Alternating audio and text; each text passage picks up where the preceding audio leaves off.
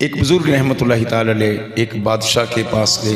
اس بادشاہ کی کیفیت یہ تھی کہ اس نے اپنی رعایا کے اندر جو بھی وزیر جو بھی مشیر رکھا تھا، بڑا عقل و فراست والا، بڑا فہم و ادراک والا، اس نے اپنی رعایا میں وزیروں کو مشیروں کو جو لگایا تھا، وہ کہتا تھا کہ میرے اس علاقے میں یا میری رعایا میں کوئی بھی کم عقل نہیں ہے، کوئی بے وقوف نہیں ہے۔ میں نے تمام اپنے وزیروں کو مشیروں کو ان کی عقلوں سے پرکھ کر رکھا ہے۔ ایک بزرگ رحمۃ اللہ تعالی علیہ گزر رہے تھے اور اس کو معلوم تھا کہ یہ بڑے ادراک رکھنے والے، بڑے صالحہ اور نیک پرہیزگار ہیں، عقل و فراست کے یہ منبع ہیں۔ ان کی بارگاہ میں عرض کرنے لگا، اے اللہ کے پیارے ولی، یہ دیکھیے میری رائے میں اگر کوئی بھی شخص آپ کو بے وقوف نظر آئے تو یہ رومال لے لیں، آپ اس کے سر پر رکھ دیجیے۔ آپ رحمۃ اللہ تعالی علیہ وہ رومال لے کے چلے گئے۔ کچھ عرصے کے بعد جب وقت گزرا، آپ جو ہیں پتہ چلا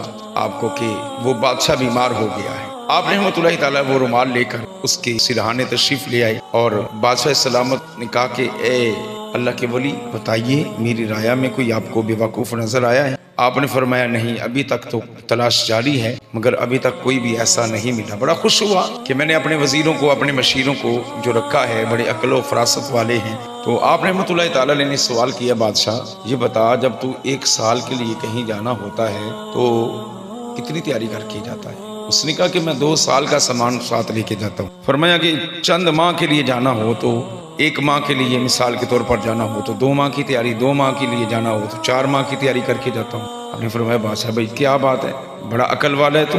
اے بادشاہ سلامت، اب یہ بتاؤ جس سفر پر اب تم جا رہے ہو، چونکہ تم قریب المرگ ہو، وفات تمہاری بالکل قریب ہے، تو یہ بتاؤ جس سفر پہ اب جا رہے ہو اس کی کیا تیاری کی ہے؟ بادشاہ نے عرض کیا، اے اللہ کے ولی، اس کی تو میں نے کوئی بھی تیاری نہیں کی۔ تو آپ رحمۃ اللہ تعالی نے جیب سے رومال نکالا اور بادشاہ کے سر پر رکھا۔ فرمایا بادشاہ سب سے بڑا بے وقوف تو ہے، اور اس لیے میں نے یہ تمہارا رومال تمہارے سر پر رکھ دیا۔ تم نے کہا تھا میری رعایا میں جو سب سے بڑا آپ کو بے وقوف نظر آئے یہ رومال اس کے سر پہ رکھ دے۔ ارے بے وقوف، تو نے دنیا کے لیے تو تگ و دوڑ کرتا رہا، بھاگ دوڑ کرتا رہا، دنیا کو چمکانے کے لیے، دنیا کے معاملات کو پورے کرنے کے لیے، طرح طرح کی رنگینیاں پوری کرنے کے لیے تو تگ و دوڑ کرتا رہا، مگر افسوس تو نے اپنی آخرت کے لیے کچھ بھی نہ سوچا، اپنی آخرت کے لیے کچھ بھی نہ کیا، اور اپنی قبر کو روشن کرنے کا، منور کرنے کا کوئی سامان مہیا نہ کیا۔ تو نے محشر کے میدان کی وحشت سے بچنے کا کوئی سامان نہ کیا۔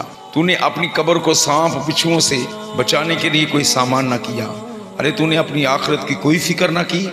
دنیا کے معاملے میں تو بڑا ذہین بنتا ہے، بڑا عقل والا بنتا ہے۔ میرے نزدیک سب سے بڑا بے وقوف فرماتے ہیں کہ وہ ہے جو اپنی آخرت سے غافل رہے۔ اللہ کرے ہم سب